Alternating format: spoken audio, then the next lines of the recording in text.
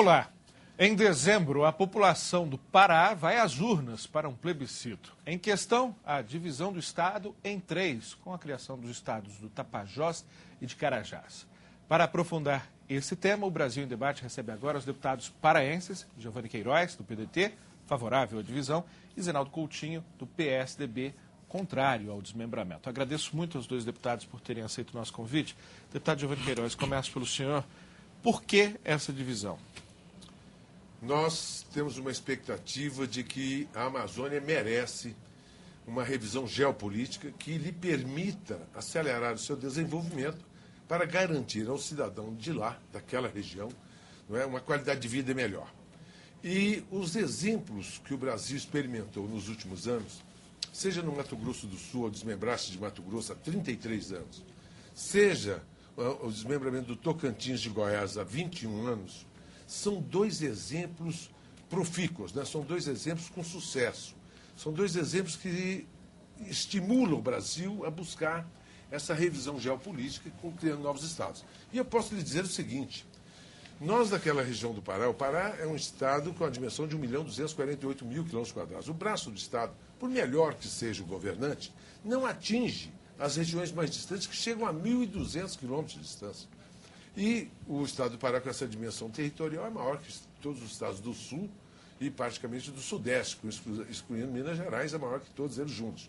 Então você veja essa dimensão, é quase maior que todos os estados do Nordeste. Então é impossível um bom gerenciamento para atender uma demanda de populações tão dispersas pelo estado do Pará. Por isso nós queremos essa divisão territorial. Deputado Zenaldo Coutinho, por que não dividir? Bom, inicialmente, a população tem sempre uns ditados inteligentes, né? Então, há um que diz assim, uma coisa é uma coisa, outra coisa é outra coisa. Não dá para misturar esses projetos de divisão do Pará com Tocantins e Mato Grosso do Sul. São realidades totalmente distintas a partir da legislação. Antes, Mato Grosso, por exemplo, foi feito através do governo federal, que era o governo militar ainda, né, através de legislação federal. Em seguida vem Tocantins, na Constituição de 88, com situações singulares, recursos federais, uma situação que não pode se reproduzir. O Constituinte de 88, que aprovou a criação de Tocantins, foi o mesmo que colocou lá no artigo 234, que a União não poderá se responsabilizar por dívidas de futuros estados, nem pelos seus inativos funcionários.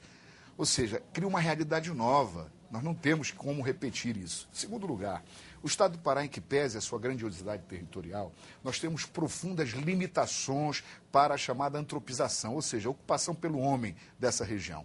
Porque nós temos ali as enormes áreas de reserva florestal, áreas de conservação natural, reservas indígenas, as próprias reservas legais por propriedade, que impedem a atividade produtiva. Portanto, quando você pega este território que é enorme e começa a ver as restrições de ocupação, as restrições de atividade produtiva, você vai reduzindo profundamente o tamanho desse território. Ademais, se fosse tão bom dividir, os separatistas não tinham tentado evitar que todo o Estado votasse. Quer dizer, o meu amigo Giovanni e outros líderes separatistas tentaram, inclusive, no Supremo Tribunal e questionaram no TSE, quando da audiência pública, que não era para toda a população do Pará votar. Ora, se não era para todos votar, como é que é tão bom para todo mundo? Pois é, eu queria que o senhor, deputado Giovanni Queiroz, também abordasse essa questão. O Supremo decidiu que toda a população diretamente envolvida, ou seja, toda a população do estado do Pará, vai participar da votação. Perfeito. Deixa eu fazer até um degrauzinho para chegar aí. Primeiro, buscando até no argumento do deputado Zenaldo Coutinho. Uma coisa é uma coisa, outra coisa é outra coisa. E é verdade. Hoje é muito mais fácil, muito mais viável a criação dos estados do Carajás e Tapajós, que lá atrás, no tempo em que se criou o estado do Tocantins. O Tocantins era o corredor na miséria goiana. Não tinha nada, não é? E, no entanto, se transforma. Isso serve de estímulo. Nós temos que ser otimistas.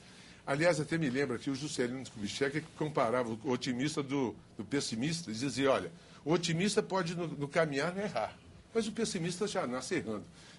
O Zenaldo é um caboclo novo, mas está pessimista, não é? Eu sou otimista, eu quero errar caminhando para frente, para uma amanhã. E o Tocantins é um grande estímulo. Hoje o Tocantins tem 5 faculdades de medicina, nem o Pará tem isso. O Pará tem 5 vezes a população do Tocantins. O Tocantins faz cirurgia cardíaca. Antes tinha 40 leitos de hospital para atender média e alta complexidade, que não chegava nunca perto de uma cirurgia cardíaca. Mas, esse é um dado. O outro dado. Ele disse que nós temos hoje uma realidade diferenciada, que é a extensão territorial com áreas de reservas florestais que vão diminuindo o espaço a ser ocupado. Muito bem. Mas o desmatamento da Amazônia se dá em função da ausência de Estado, que não regulariza as terras, não orienta a ocupação, não orienta a produção, porque não dá conta. Não é que o governador esteja ruim, nem a governadora anterior foi ruim. É que não dão conta. É uma estrutura que precisa de presença de Estado. Vocês, jornalistas e a imprensa como um todo, têm noticiado insistentemente a ausência de Estado quando ocorre lá um assassinato de uma freira, um assassinato de um líder sindical, de um líder ambientalista, não é? A ausência de Estado. E é verdade. Então nós precisamos criar estruturas que garantam ao cidadão que lá mora a condição de ter uma vida digna. E nós, olha, nós temos um potencial extraordinário no Pará como um todo. E quem mais ganha com isso é o Estado-mãe. Porque a Grande Belém... Que vira filhote. Né? O Estado-mãe vai ficar com área quase do tamanho de São Paulo. Então não é filhote. 17% do território. Mas do território do Pará. Mas e quantos por cento da população ficam lá? São Paulo. E quantos por cento da população 10% da população de São Paulo. Então fica com um território, proporcionalmente, em termos de ocupação populacional, muito forte. Então eu entendo. E mais, com o petróleo que agora em 600 quilômetros de costa litorânea, né, já está se descobrindo petróleo e gás na costa do Pará. Então o Pará fica com 80% das indústrias. O Pará fica com toda a estrutura hospitalar, universitária, uma área rodoviária pavimentada, 80% está lá. E além da receita. Então, essa é outra questão. A terceira e a última que você me perguntou é sobre a consulta popular. Tinha uma ADIM, uma ação direta de inconstitucionalidade do Estado de Goiás, questionando a Lei 9.709, no seu artigo 7º, que remetia para, no caso de consulta para a criação de Estado, fosse ouvida a população de todo o Estado. Ô Lincoln, o parágrafo 3º do artigo 18 diz que tem que se ouvir a população diretamente interessada. O Supremo, 15 anos atrás, tinha decidido que população diretamente interessada, no caso de municípios, que é uma analogia com o Estado, que era o mesmo texto, praticamente, deveria se ouvir a população da área emancipanda, da área a ser desmembrada. Por quê? O entendimento do Constituinte de 88, se você buscar nos anais, diz claramente, é ouvir a população da área emancipanda, é saber se essa população deseja sair do Estado-mãe, não é isso? Uhum. Então, essa que tinha que ser a população. Lamentavelmente, o Supremo aí deu uma guinada de 360 graus, de 180 graus, uma vergonha. Uma vergonha. Tribunal, Supremo Tribunal, na minha opinião pessoal, teve um procedimento vergonhoso. Agora, depois de ouvir a população da área emancipanda, da área a ser desmembrada, você vai ouvir o Estado. Como é que você ouve o Estado? Nós vivemos no regime representativo, sim, não é? Então, ouve-se através da Assembleia. Está previsto também no decreto legislativo. Aliás, o decreto legislativo não remete para a lei. O decreto legislativo, que é competência exclusiva do Congresso Nacional deliberar sobre essa matéria, remete para o parágrafo 3º do artigo 18 da Constituição Federal. Portanto, muito acima da lei, da Constituição. Mas, depois de ouvir, então, a Assembleia Legislativa, nós vamos ouvir o Congresso Nacional. E ouvindo o Congresso, nós estamos ouvindo todo o Brasil. E ainda, como regime presidencialista, logicamente, nós teremos que ter aí o aval presidencial, a sanção presidencial. Eu entendo que é um ganho extraordinário a criação de novos estados. E o Estado-mãe, o Estado do Pará, nosso Estado-mãe, com certeza vai poder nos ajudar a construir esses novos estados, com a mão de obra qualificada que ela tem, com as empresas que ela tem qualificadas, que poderão, sem dúvida nenhuma, nos ajudar na instalação dos novos estados. Você está acompanhando pela TV Câmara e pela Rádio Câmara o Brasil em Debate, que está discutindo a divisão do Pará em outros 2 estados, formando então 3 novas unidades da federação. Nós estamos com o deputado Giovanni Queiroz, do PDT, e o deputado Zenaldo Coutinho, do PSDB. Deputado Zenaldo Coutinho, o que o Pará perde com a divisão? Perde principalmente, por exemplo, as riquezas do Carajás, que formaria um novo estado?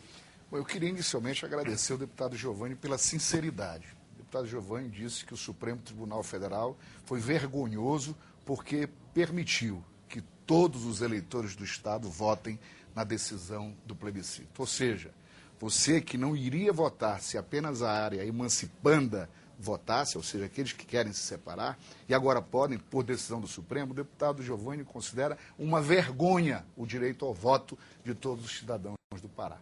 Obrigado, porque ele fortalece a minha tese. Não é bom para o Pará, porque se fosse bom, todos já deveriam ter o direito de votar a partir dos próprios separatistas que iriam desejar. Porque se ele diz que é tão bom para a região que vai ficar, por que não quer, continua insistindo que é uma vergonha o paraense ter o direito a voto? O deputado Giovanni, que não é do Pará, nascido, mas é bem acolhido e já é hoje, por ser representante do Estado e por ter feito a sua vida lá, bem identificado com todos nós. E não pode, essa coisa que para mim é angustia, como paraense, como papaxibé, como gente da terra.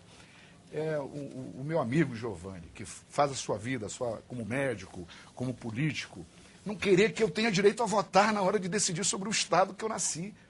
Quer dizer, isso para mim é inconcebível, é inaceitável. E é claro que todos perdem. Nós temos hoje um grande Estado e que a gente devia estar unido nessa hora, era para rediscutir o modelo do Pacto Federativo. Porque dramaticamente o Pará, integrado ou dividido, não vai melhorar a estrutura, porque alguém paga essa conta. Então, se nós não tivermos a mudança do modelo tributário nacional, o Pará hoje contribui com o Brasil em cerca de 50% do superávit comercial. Ou seja, as nossas exportações garantem o equilíbrio econômico financeiro do país, mas nós não temos a remuneração sobre essa conta. O Pará exporta minério, grande parte do minério na região sul do estado, na região do pretenso Carajás. Nós exportamos gado, exportamos madeira. Essa é a principal pauta de exportação do Pará. Produtos primários e semi-elaborados, produtos que não são tributados, ou seja, nós não temos a receita tributária.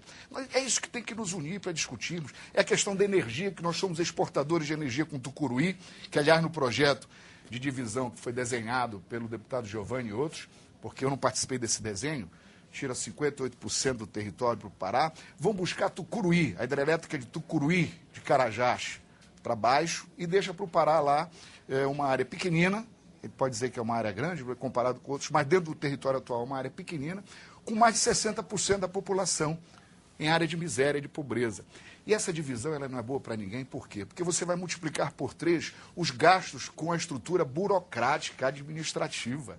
Você terá que ter 3 assembleias legislativas, 3 palácios de governo, 3 estruturas, que eu não estou falando de médico no hospital, professor na escola, nem policial na rua. Estrutura burocrática. Vai ser bom para meia dúzia de políticos, não tenho dúvida. Vai ser bom também para alguns segmentos econômicos que querem se apoderar das estruturas econômicas e políticas locais. Mas para a população, para o pobre, para o cidadão, como é que nós vamos aumentar as despesas? Vamos criar a chamada guerra fiscal dentro desse território atual.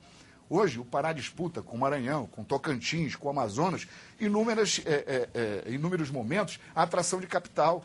E aí nós vamos estabelecer a guerra fiscal entre nós. Ou seja, nós vamos agravar e agredir a própria receita hoje existente.